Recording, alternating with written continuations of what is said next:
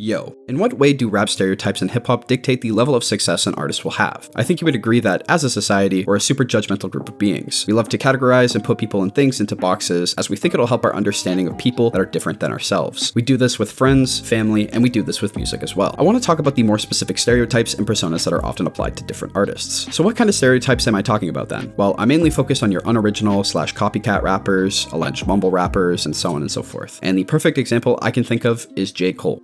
Now,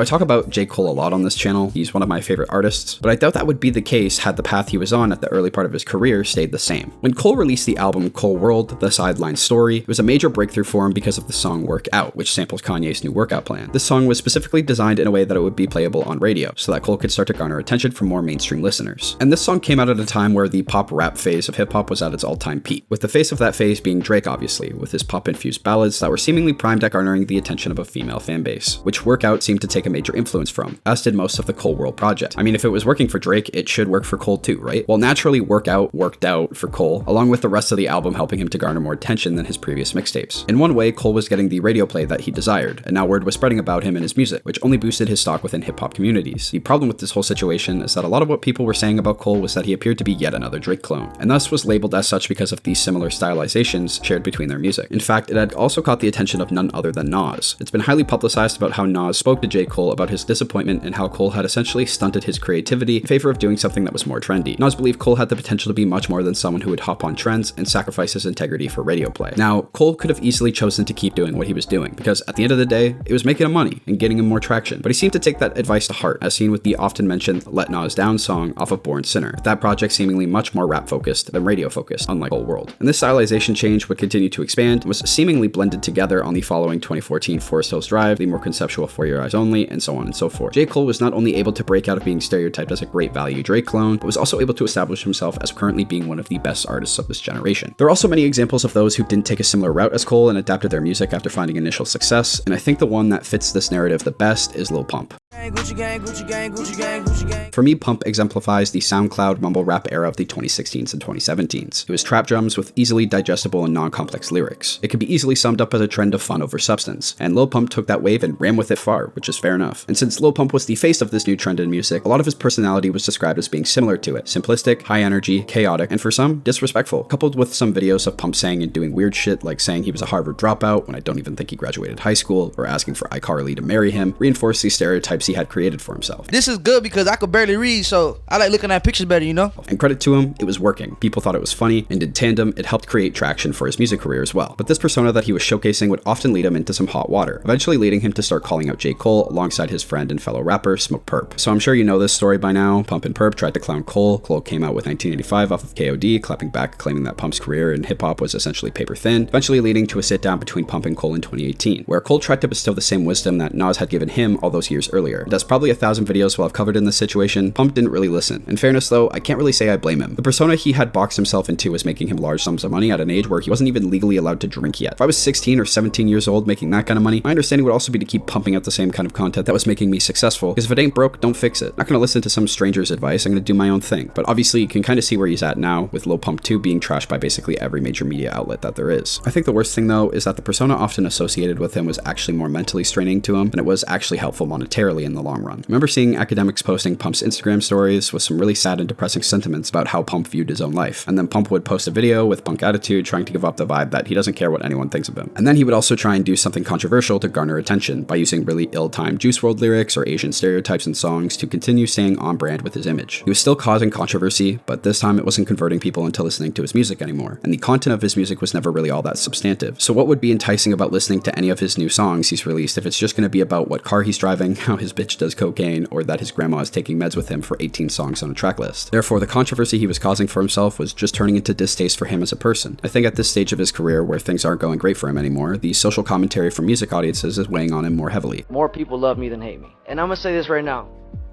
Everybody who talks shit in my comments, every single body, I have never till this day seen one person walk up to me and say that shit to my face. Everything is on the internet. Nobody has ever walked to my face and said nothing crazy.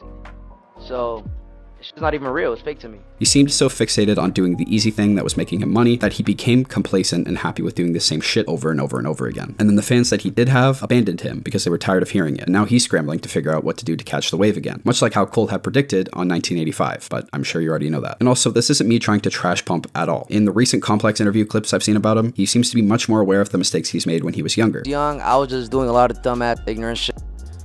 I admit that. I've done a lot of dumb shit. Again though, I don't really hold that against him too much. He was a teenager making more money than most people will ever see in their entire lifetimes. No matter what, that's impressive. Although when looking at people who have achieved monumental success and then have a sharp decline, their main fixation is trying to climb back up again, which in itself is mentally taxing. So to also have the entire internet hating on you, thinking you're an idiot and a has-been, and reminding you of it constantly under all your posts every single day has gotta hurt. I am glad to see though that Pump is at least aware of the hardline issue that he had and has taken steps to better himself and his mental state, so props to him. If you were to ask Pump though if he could do it all over again, I guarantee he would have put more effort into the artistry behind his music, not just the lifestyle he was portraying. I wish him the best in the future though. Overall, my main point is that while hip-hop stereotypes and personas can be helpful for getting clout and a platform, at the end of the day, it makes people's connections with your content extremely paper thin. If you want to succeed, you have to push yourself creatively, because if you're being boring with your music, people will get bored of you entirely. There are many examples of other artists who, after achieving massive success because of a certain persona, stereotype, or musical style, slowly began to lose popularity because of a lack of evolution. You can look at the likes of DaBaby, Blueface, Rich the Kid, or Smoke as these sorts of representatives. But there's also plenty of other examples like Cole, of artists that leaned into what was popular at first, and then once achieving success, used it as a springboard to achieve greater mass appeal. You can look at Lil Uzi Vert, Playboi Carti, Kanye, 21 Savage, or Tyler the Creator. All these artists had a style at the beginning, but evolved to the style they have now, and it keeps them in the popularity arena that is the music industry. But what was the problem with Cole World and what Cole was doing at the beginning of his music career anyway? Well, with any art form, authenticity is often key, as no one wants to listen to the off-brand version of any artist, because they might as well just listen to the original then. And now when you integrate streaming services into this equation, and the unlimited access we have to the copycats and clones, authentic and original sounds are highly sought after, but hard to identify. J.Cole would not be as big of an artist as he is today without Cole World and Workout, as that got him his big time attention from mainstream audiences. But he also wouldn't be as big or memorable of an artist currently if he had stayed down that road, as shown by the recent shortcomings of Lil Pump. If Pump pushes himself to make something more creatively substantive that also retains some of the appealing qualities of his past projects, I think he could re-ride the wave he is likely desperate to get back onto. That's just my vibe though. All in all, what I'm really trying to say here is that Nas always knows best.